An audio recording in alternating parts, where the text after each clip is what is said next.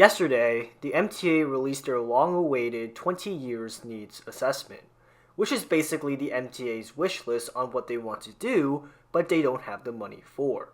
So today, I want to look over and give my own thoughts on the assessment. And this is just a disclaimer, but this video is rapidly done while the assessment is fresh on everyone's mind. So if I made a mistake, comment below. Without further ado, let's get into it. So, the 2nd Avenue subway, no surprise, has done pretty well. After all, there are a ton of political backers for the subway. What I am actually quite surprised about is that the MTA decided to give excellent scores to not only Phase 3 of the 2nd Avenue subway, which has been viewed with apathy from Albany, but also to 2nd Avenue subway via 125th Street. As I mentioned on this channel, a 2nd Avenue subway via 125th Street is a much better deal than a 2nd Avenue subway to the Bronx. That's because of all the connections that the 2nd Avenue subway is going to create, something that the subway definitely needs more of. That being said, my preferred way of building the 125th Street crosstown is to simply combine it into Phase 2. This is because we will save more money in the long term, as the tunnel boring machines won't have to be assembled again when we do this extension. I am skeptical that the MTA will amend Phase 2 to do it that way. So the IBX has gotten really good scores from the MTA. That should be no surprise, as the governor made the IBX a part of her agenda. As a supporter of the IBX plan, this is good news, which means that the IBX is closer to coming to a reality. But two things stick out to me here. The first one being that street running is still on the table, which is not good. I am still a bit optimistic that street running won't happen, but if it does, as Van Schookenragen says, we should fire everyone who is working on the IBX project. And the second is that if this report was released during the Cuomo administration, the IBX won't get good scores from the MTA. Cuomo did not like any resemblance of the IBX. And since the MTA answers to the governor, there is no doubt that if Cuomo is somehow the governor today, the score for the IBX would be flushed down the toilet. This goes to show that for any project, if there isn't a political titan backing your project, it will be shelved. This is probably the most interesting of them all. The Utica Avenue subway is ranked pretty decently. It sits at a 71 out of 100. Far above other projects, not counting the IBX or the 2nd Avenue subway, of course. I say that this is interesting because this comes after a year or two of the MTA trying to bury their own feasibility study on Utica Avenue.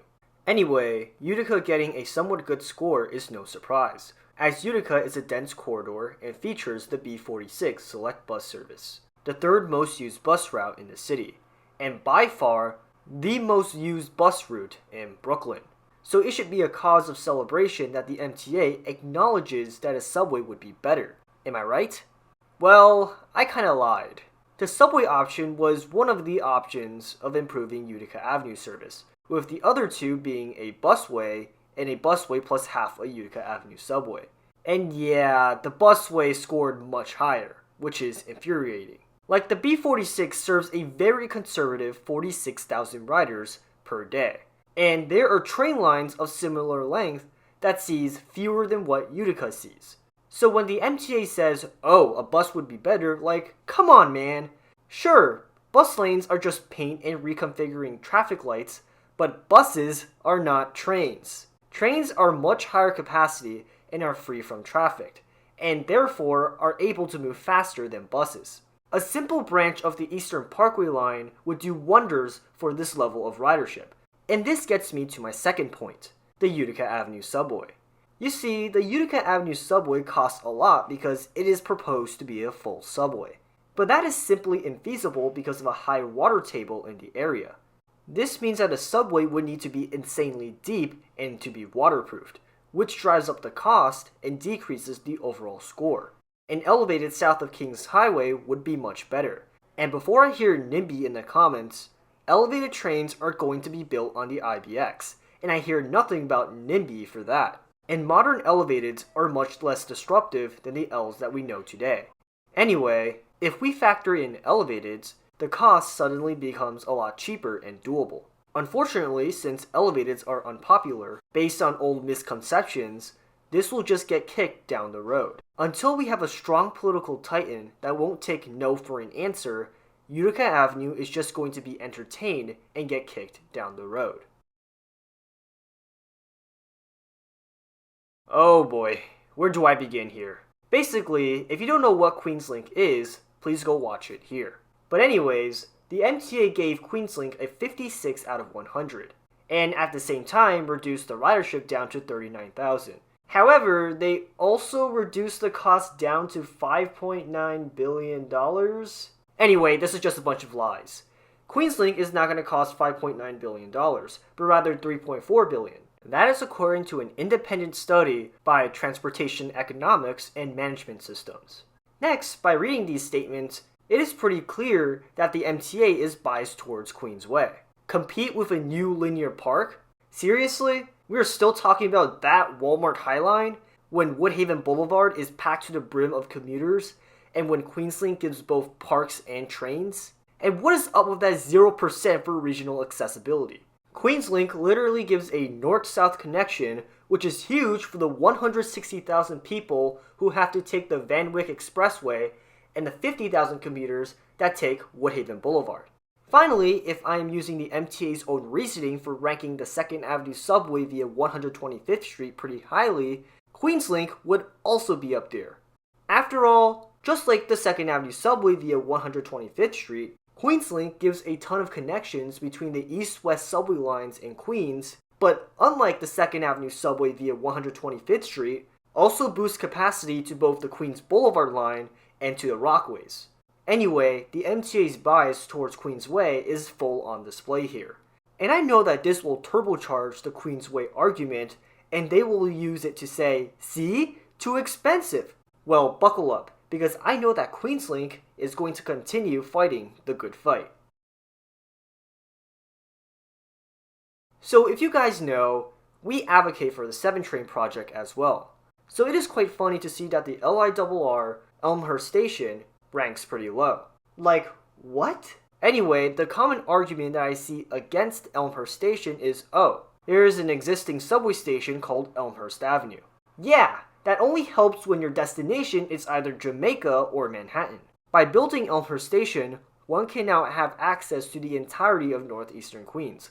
At the same time, those northeast Queens neighborhoods will also have direct access to Elmhurst. That is going to be very valuable to the growing Elmhurst community in Queens, which is why an Elmhurst infill station is included in our 7 train project. I also want to talk about regional rail on Port Washington, and by quadrupling service and lowering fares within city limits, made possible by the East Side Access and City Ticket respectively, ridership on Elmhurst could increase several times over, as it gives the dense central Queens another option other than the overcrowded 7 train.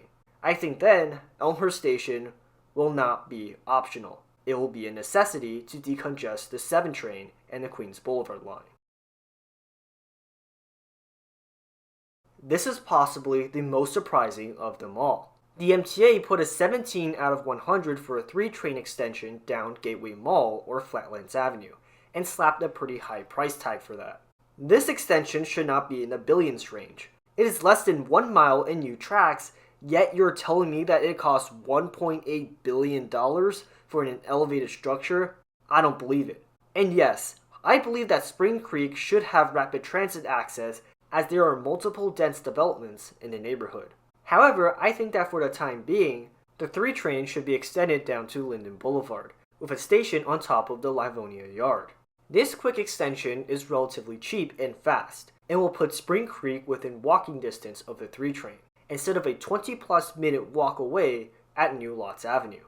But again, this probably won't happen in the foreseeable future, because of, yeah, you know why.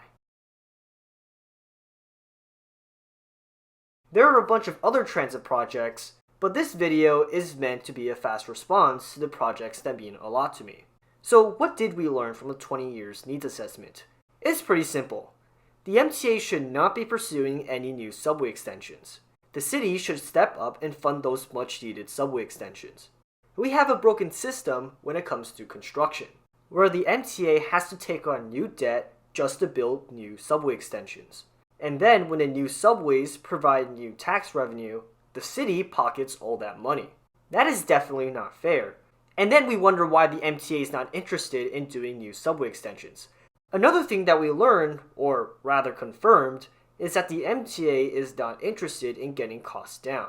It is ridiculous to see that 1 or 2 stop extensions are ballooned to billions of dollars. That is simply unsustainable, and will hamper our ability to respond to climate change and to rising ridership. The only way to get these reforms is to elect politicians that walk the walk, not just talk the talk. And also, joining an advocacy group that advocates for better subway service, like the Queens Link, the Riders Alliance, or transportation alternatives would help as well. Anyway, this marks the end of this video. Again, this was pretty much a rapidly done video, so if I made any mistakes, please let me know. Otherwise, I will see you in the next video.